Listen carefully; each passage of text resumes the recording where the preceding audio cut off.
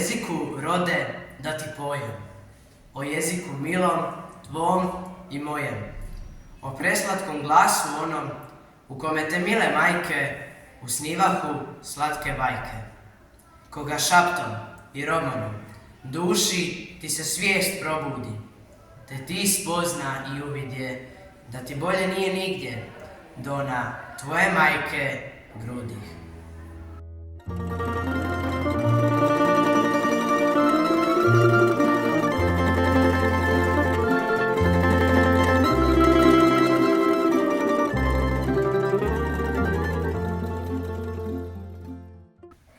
Petar Preradović hrvatski je pjesnik i domoljub. Rođen je 19. ožujka 1818. u Grabrovnici, a umro je 18.8.1872. u Austriji.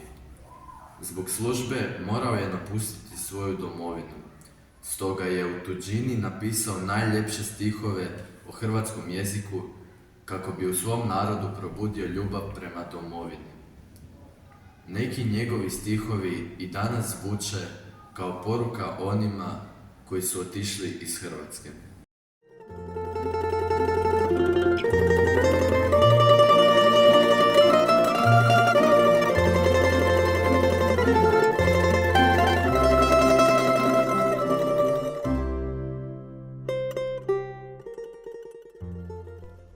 Kao vječno more sinje. Okretu se gibkom ljakom, podaje se dahu svakom i mreška se i propinje.